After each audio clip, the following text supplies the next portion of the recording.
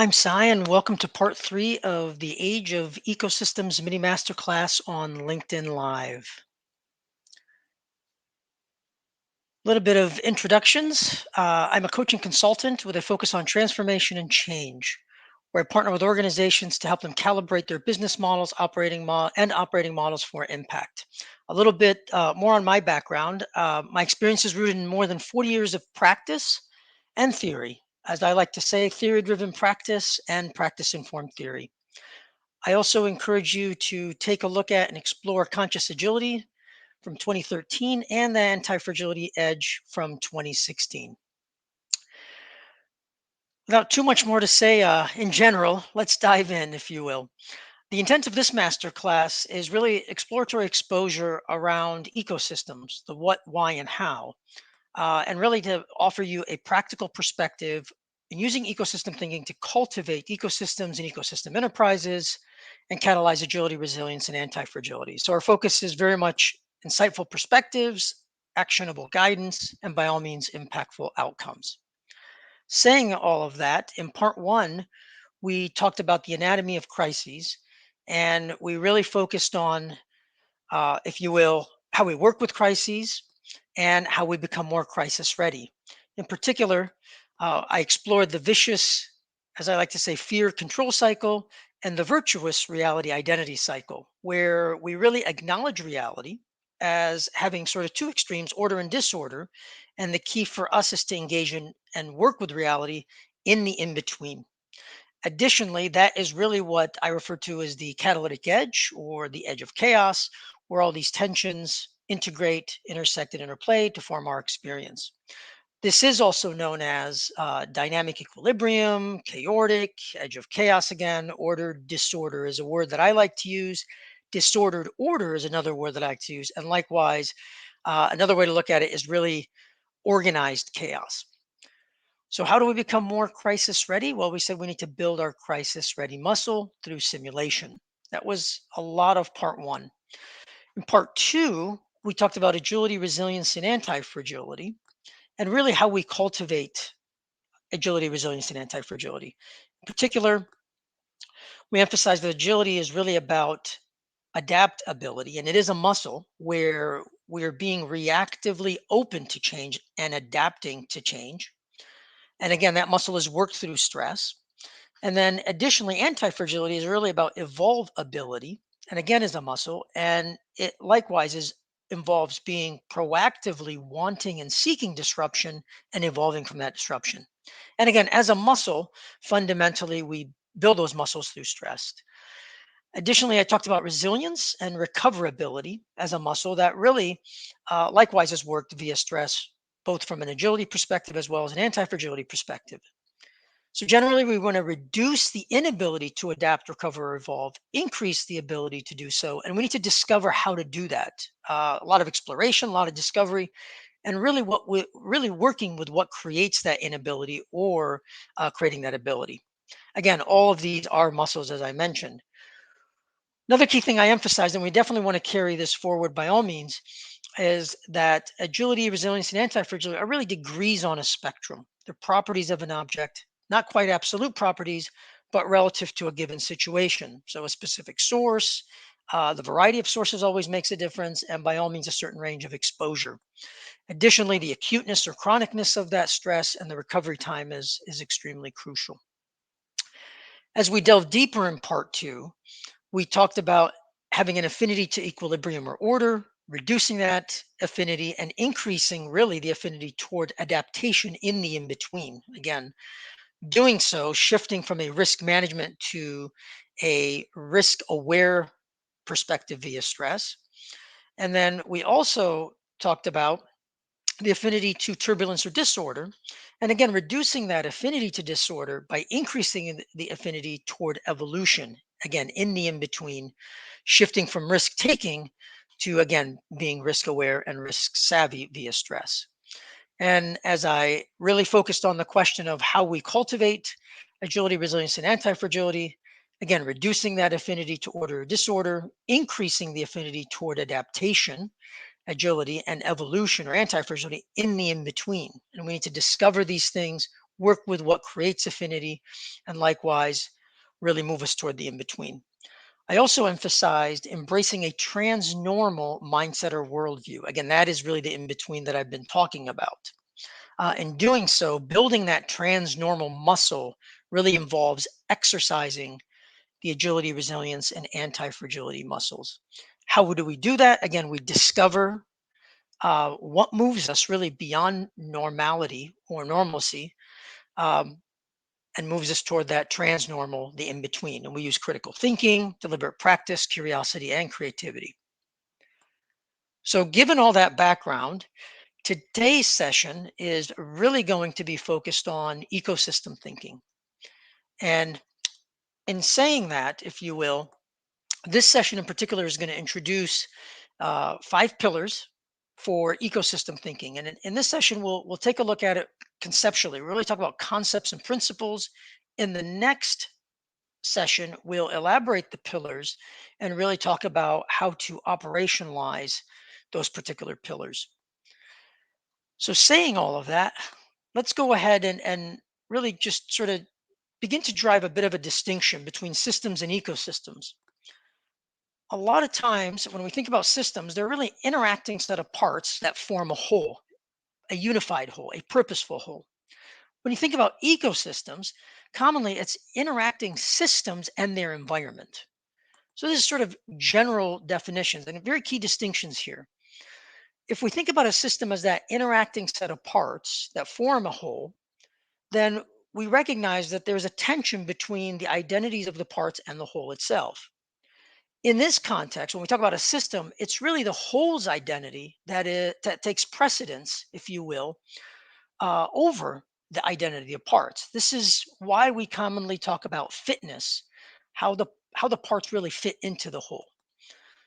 Key thing to recognize here is that there is a tight tension, if you will, or a tighter tension, where the whole has more uh, precedence versus the parts in terms of that identity aspect. When we think about ecosystems, again, we have interacting systems or content, if you will, within a context or an environment. Here, there also is as a tension in the identity of the content and the context, or the systems and the environment. However, particularly in this case, when we talk about ecosystems, the context's identity is not taking precedence over the content. So there is a looser tension. In this case, context and content have a more balanced sort of tension relative to that whole notion of identity. So again, systems where the system has precedence in terms of its identity, and this is why we talk about fitness relative to the parts. In ecosystems, it's definitively much more looser. This is a very, very key distinction as we explore ecosystems and moving forward. Again, to summarize some of the definition that we've referenced previously, think about an ecosystem as a collection of stakeholders, individuals, and collectives, including their environment and the dynamics between all of them, internally and externally. And we think about ecosystem enterprises, really, these can be business organizations, essentially with an internal ecosystem of individuals and collectives within a broader external ecosystem. Another way to think about this really is that systems are like teams in a sense, and ecosystems are like communities, much broader. There is also a lot of conversation around ecosystems, if you will, across the internet, across the board. We hear about value ecosystems, business ecosystems, experience ecosystems, platform innovation ecosystems.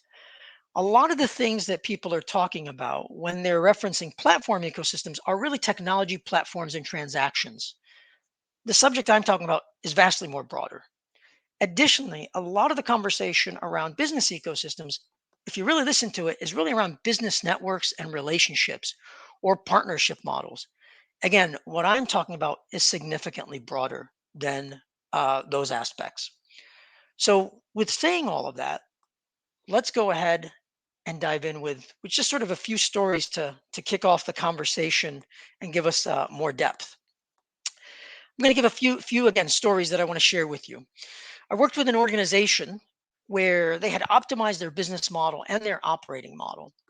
And during their natural, if you will, life cycle, when the market was more regular in a state of equilibrium, things were going fine. Then turbulence and randomness began to set in, and they quickly realized that they were unable to respond to the shift, if you will, that they were experiencing.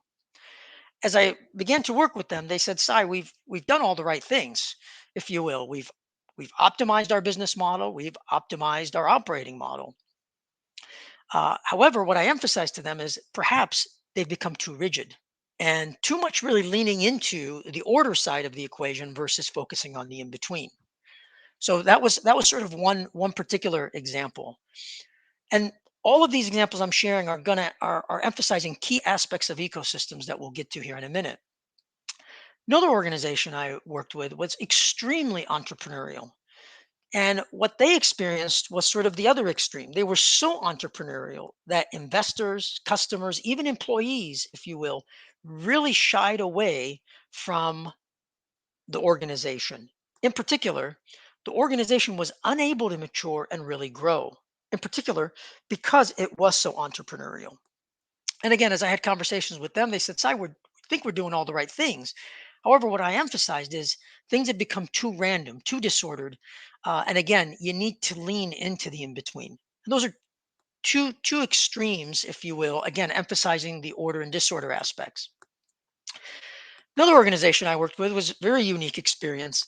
Uh, this in particular, the CEO, the CFO, the chief operating officer, and the head of human resources, the CHRO, um, any time that someone would enter the organization where they felt their power was threatened in some way, they would work to remove, if you will, that individual, or if teams were as such, remove those teams, etc. What they noticed over time is they were essentially killing the variety in their environment. They wanted so much control. Now they didn't realize this, and I started to work with them, and I started to observe this, if you will, and I emphasized it to them as such. Uh, in some capacities they took that perspective and we worked with it. In other capacities they didn't. What was intriguing, however, is as time went on, essentially as the market began to change, their stock began to suffer. And the reason they began to suffer is because, if you will, there was a lack of variety in the environment. So they couldn't, if you will, adapt and evolve relative to the marketplace. As such, over time, things really got bad, and ultimately, the the senior leadership team was removed by the shareholders due to their inability to really work within the marketplace. Again, very much things to sort of consider as we talk about ecosystems. Let me give a few more examples, if you will, as kind of you're considering all these. I worked with a network of organizations. They called themselves partners. And what they were really focused on is establishing a technology platform and a partner program that allowed customers to really leverage the products and services across the network, if you will, of partners.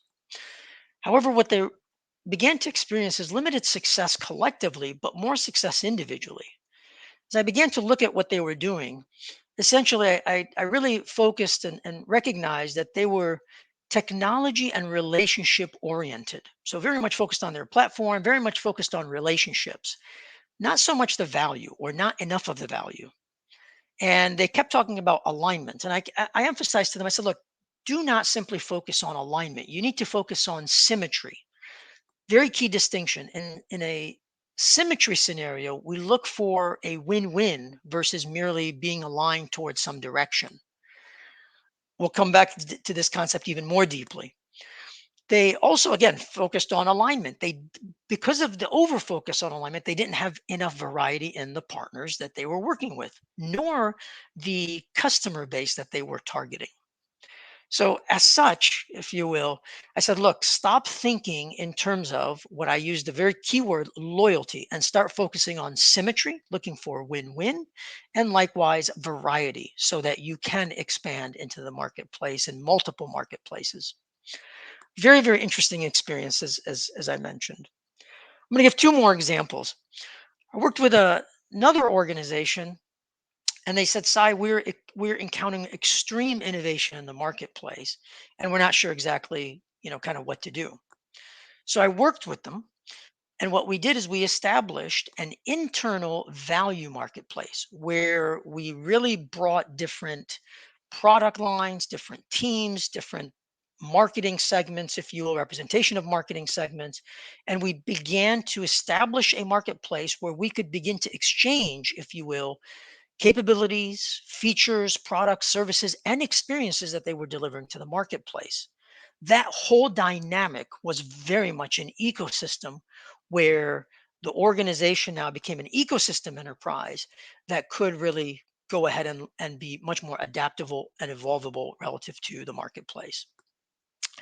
Another scenario, an organization was encountering some significant skills challenges in the marketplace, very similar to what we're encountering here with the great resignation or the great rethink or the great recalibration. And they say, Sai, we're losing skills. We're not sure how to adapt the existing skills. So again, we established a skills marketplace where we could really exchange skills across the internal landscape in order to better meet the market demands that we were encountering. So you think about all these stories and you kind of just take them in. And the thought that really begins to emerge underneath the surface is think about an ecosystem as a collection of stakeholders who are completely dynamic at all levels and in every way. Stakeholders can be individuals and collectives that form an enterprise within and with, if you will, within an external ecosystem and with an internal ecosystem for the individuals and collectives. The dynamics between the stakeholders and the dynamics, if you will, of the enterprise within its broad external ecosystem really determine the nature of that enterprise. Think about individuals as being fluid within the organization, within the enterprise, and really within the context of collectives, the collectives being able to flow as a collection of individuals within the context of the enterprise, and the enterprise really having the ability to flux within the context of the broader ecosystem or really the ecosystem economy. So as such as you hear me talk about the word enterprise, it can be an ecosystem enterprise, an ecosystem organization, as I mentioned, as another way to describe it, or as I already described an example, an ecosystem business of collectives and individuals. Given all of that, there's really a few pillars now that we can begin to recognize. And here I've represented the pillars on a very specific diagram. And I want to talk about these elements now and extract some of these key pillars from the examples that I shared with you.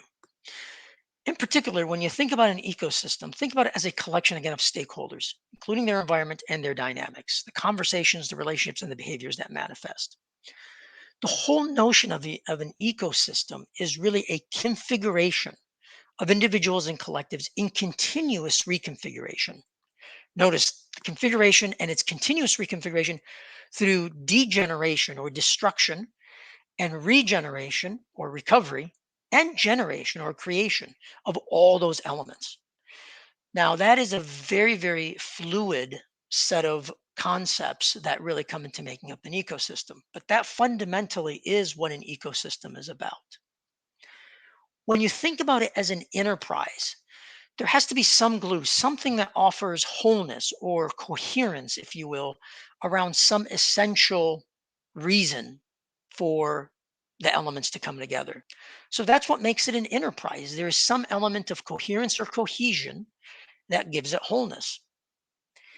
Additionally, the core concept here is there is this experience that manifests internally and externally for how people, groups feel, think, and what they do. This is really the key experience, again, internally and externally, of all the pieces coming together. Now, as you look at those three pillars, this really begins to reflect in some of the examples that I shared with you the degree of configuration or deconfiguration, the degree of reconfiguration that occurred, if you will, across the different examples. Also, the whole notion of coherence and wholeness as it existed across the examples. And also, as we talk about the hygiene of the ecosystem and as an enterprise. And then definitively the experiences that uh, people groups had internally and externally. Very, very, very crucial. Let me go ahead also and mention two other aspects as you consider the examples that I shared very critically. I emphasized really a notion of entrepreneurship, opportunities for coupling and congruence within the enterprise to really create a sense of harmony around some specific value that's being created, whether these be products, whether these be services, etc. Additionally, there was a degree of explorership. How do we discover these connections? How do we couple these elements together? How do we understand what the tensions and the friction is and the interdependencies that might exist? Again, very much fluid individuals, flowing collectives, and an enterprise in flux to discover all of that. I'm going to dig into these, if you will, as we go, but these are the pillars. And I would encourage you to reflect on, again, the examples that I shared. And really, if you, and I didn't elaborate too much, but if you really consider those examples, you'll begin to recognize very intuitively the pillars that I just mentioned. So I want to dive into some of the core concepts. And I want to sort of pose a thought experiment a bit here. If I were to say and ask you, let's meet in New York City, what ideas might come to your mind? I'm sure some of you might say, well, okay, Cy wants to meet at the Statue of Liberty. Okay. Or maybe Cy wants to meet at Central Park or Grand Central Terminal or Station, or maybe Madison Square Garden or Times Square, or maybe the Brooklyn Bridge. Okay. If I were to say, well, let's go ahead and meet in Las Vegas, you might say, okay, maybe Cy wants to meet in the Vegas on the Vegas Strip, or maybe Fremont Street. Or if I say, well, let's meet in London, you might say, well, so I maybe want to meet at Big Ben or Buckingham Palace. Or if I say, let's meet in Beijing, well, Tiananmen Square may come to your mind. If I say, let's meet in Moscow, Red Square may come to your mind. If I say, hey, let's meet in Louisiana, you might think, well, Bourbon Street is a place that Cy wants to meet. Well, if I say, let's meet in Paris, maybe the Eiffel Tower or the Louvre or the Notre Dame Cathedral comes to mind. How about if I say, well, let's meet midday? You might say, okay, so well, let's meet at noon then, right? And I say, well, I can't do noon. And you might immediately say, well, okay, how about 11:30 or 12 a.m. or 12:30 p.m.? I said, well, I can't meet on the half hour. Then you might say, well, how about 11:45 or 12:15? Uh, let's meet then. Okay. I say, well, how about if I say, let's meet midweek? You might say, well, okay, let's meet Wednesday. Reflecting on all those aspects that I mentioned, there's something that, if you will, pushes us and naturally helps us gravitate toward those things that we mentioned. In particular, we can call these focal points or Schilling points by Thomas Schilling. These are essentially dynamic solutions that we tend to choose almost by default in the absence of any other information. It's not a question of right or wrong, but rather this is what we essentially gravitate toward. These can be natural fuel solutions, reference points, intersection points, interaction points, or connection points, or integration points that we just naturally will gravitate toward. They seem natural, they seem special, they seem relevant to us. Focal points are quintessential for, if you will, Udoing in a VUCA world, using our strengths and weaknesses relative to the opportunities and threats. This is a lot of times why identity is crucial. Identity is perhaps the most crucial focal point in determining all other focal points. That is central to how ecosystems really operate and behave, and likewise are able to deal with some of the challenges that we've been talking about relative to VUCA through agility um, and anti-fragility. Let's go ahead and take two more key concepts. In particular, talk about the content that makes up an ecosystem, the individuals, the collectives. Well, these things essentially navigate. They OODA within the ecosystem. They observe, they scan, they orient, they make decisions or pivot, and they take action. through all the dynamics that manifest, whether they be through conversations, their relationships, their behaviors, both at an individual, collective, and at an enterprise level. Two elements of navigating. If you think about how people work together, how groups work together, they signal. We indicate or gesture at specific events or moments while we're navigating, while we're udoing, if you will. We also do a little bit of triggering. We activate dynamics in each other based on how we signal one another. This is all around how ecosystems, again, operate. If you think about now, another keyword here, another key concept is synchronize and synchronizing. Well, this is about udoing together, if you will, at intersections, connections, or coming together or going apart. As I like to say, if you will, we anchor or bind, we organize and connect as such around focal points while we're navigating, and we unanchor or unbind relative or disconnect relative to those focal points. You can think about synchronization as really being critically tied to serendipity. Very key concept again, which I'm not going to dive into, but very connected to the whole notion of synchronizing. Now, taking all that, reflecting on the stories I shared, you can see some of these aspects there in these concepts. In particular, when we think about how to organize our skill sets or around or value and delivering value into the marketplace, all of those become focal points. One key focal point that really becomes a collection of focal points that we all commonly use is a calendar. Calendar is again a focal point for each individual, perhaps, and on it we actually have temporal focal points. Or a map, very similarly, is again a focal point that contains other focal points, very much over space, if you will. So these are some of the core concepts to really understand ecosystems and how they operate. Let's go ahead and talk a little bit about that experience as it manifests as an enterprise. Well, here I've already mentioned essentially individuals are very fluid across collectives. They can essentially have that mobility. Collectives are individuals essentially who flow together, very, very key.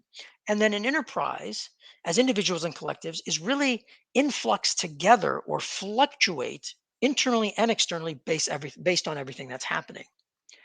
You could see this principle in action, if you will, in a in the stories I shared. One key thing to take away as you think about, if you will, this principle and the concepts and the next set of principles I'm going to be mentioning is it's very, very difficult for people simply to learn about ecosystems. They can be exposed to these concepts, but they have to experience them. Once they experience them, it's very, very different. In all the stories I shared with you, I essentially cultivated an experience, and then in that cultivation, they began to embrace ecosystem thinking, and then I helped them recognize what they were embracing. So I didn't teach them and then do it, but rather I did it with them and then really help them recognize what they were experiencing. Let's go ahead and talk about the next principle here. This is what I like to call the options and experiments principle. This is all about, if you will, embracing reality, as I like to say. All of the elements within an ecosystem really have an empirical worldview. Very, very key. They're using heuristics, imperfect rules of thumb, because we're dealing with a VUCA world regarding their dynamics, if you will, and how they deal with that reality. The best way to think about this is really everything within the ecosystem really involves entrepreneurs who seek opportunities. They consider their options, they explore those options, and then they perform experiments. They make small and reversible errors that may cause acute stress, if you will, distributed over time with ample recovery time to seize those opportunities.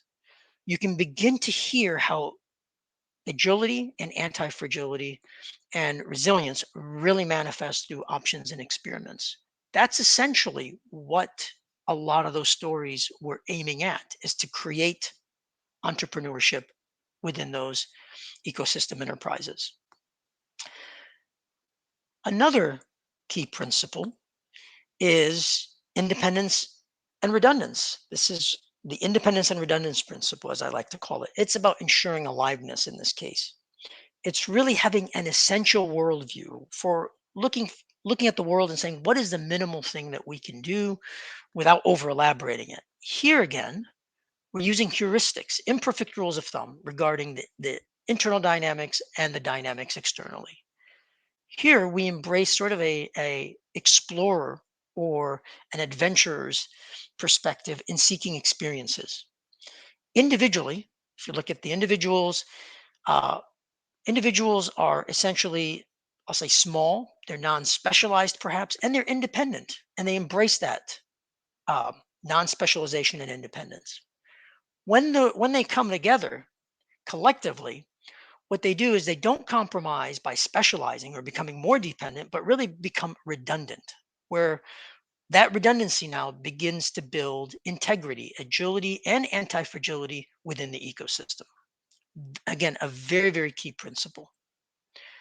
Now you might say, gosh, Sai, these principles are abstract in many ways.